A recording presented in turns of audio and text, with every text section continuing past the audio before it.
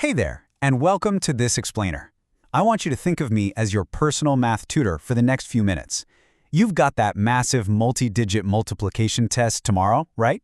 Well, take a deep breath. My goal today is to make absolutely sure you walk into that classroom feeling totally confident and ready to absolutely ace it.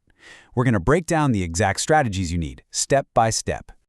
Here is our game plan for this study session. First, we'll master the math vocabulary.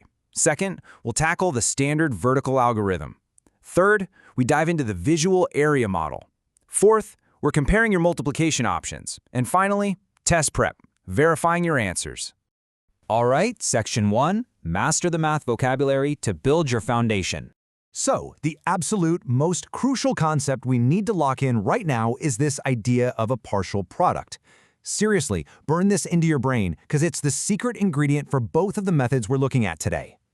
When you're multiplying really large numbers, you don't just do it all at once in your head.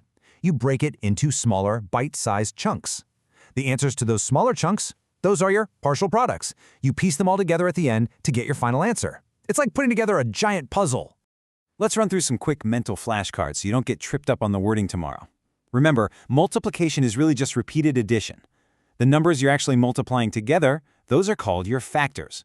To be super specific, the first number getting multiplied is the multiplicand, and the number doing the multiplying is the multiplier. And the grand finale, your final answer, that's the product. Keep those terms in your back pocket. Moving right along to Section 2, the standard vertical algorithm, also known as the traditional stack. Now, this classic method always follows three mandatory steps. First, you multiply the top number by the ones digit. Second, and hey, listen closely here because this is literally where 90% of test mistakes happen. You move to the next line, you place a 0 as a placeholder in the ones column, and then you multiply by the tens digit. Finally, step 3, you add those partial products together. Seriously, that placeholder 0 is going to save your grade. Why? Because on that second line, you aren't multiplying by a 1 anymore. You're multiplying by a 10. Okay, let's put this into practice. We'll use our main test case for this session. 342 as our multiplicand, multiplied by 25, our multiplier. We just imagine stacking them nice and neat, making sure our place values line up perfectly. Ones right over ones, tens over tens. All right, let's do the math. Step 1, we multiply 342 by the 5 ones. 5 times 2 is 10, carry the 1. 5 times 4 is 20, plus 1 is 21, carry the 2. 5 times 3 is 15, plus 2 is 17. Boom! That gives us our first partial product of 1,710. Step 2, we place our 0 on the next line. Do not forget that 0. Then we multiply 342 by the two tens. 2 times 2 is 4, 2 times 4 is 8, 2 times 3 is 6. That gives us our second partial product of 6,840. Step 3, add them up. 1,710 plus 6,840 perfectly equals 8,550. All right, on to Section 3, the visual area model, or the place value method. Now, if all that carrying numbers in the vertical stack stresses you out, you are going to love this.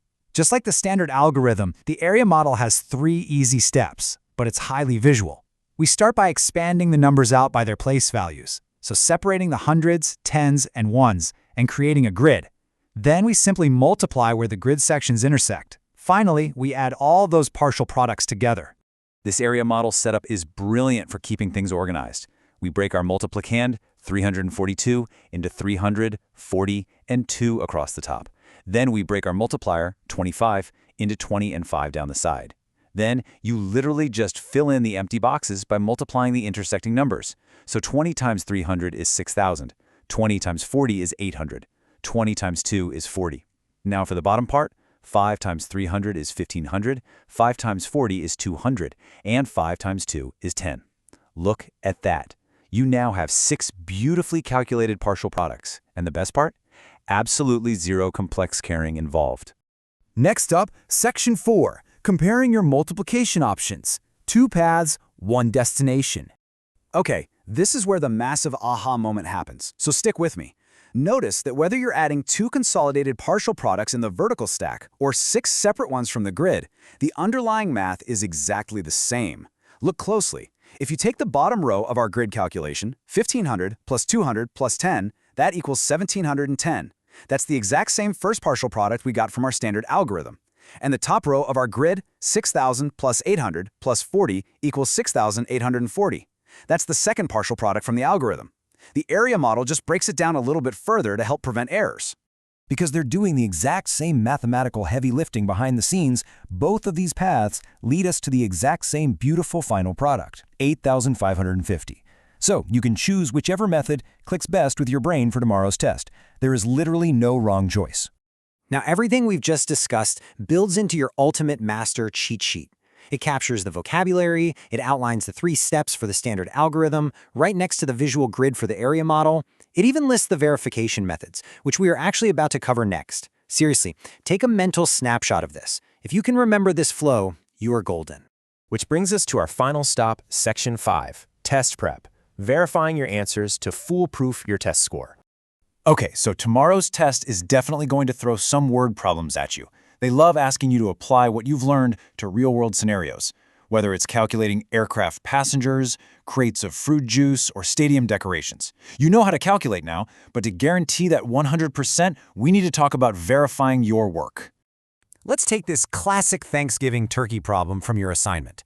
Say a farm has 35 turkeys, and each one weighs 132 pounds. If we do our multiplication, 132 times 35, we find out there are 4,620 pounds of turkey in total. That's a ton of turkey. But before you circle that answer and happily hand in your test, how do you know for sure that it's actually correct? Well, you have 3 primary ways to double-check yourself, and they're all super effective. Number 1, the inverse operation.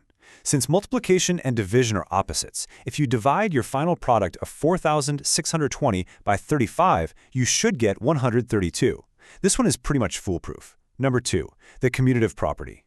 This is just a fancy way of saying order doesn't change the product. Swap your factors. If you originally put 132 on top, stick 35 on top and multiply it all out again. If you still get 4,620, your math is rock solid. And number 3, estimation, or what I like to call the make sense check. Just round 132 down to 100 and 35 up to 40.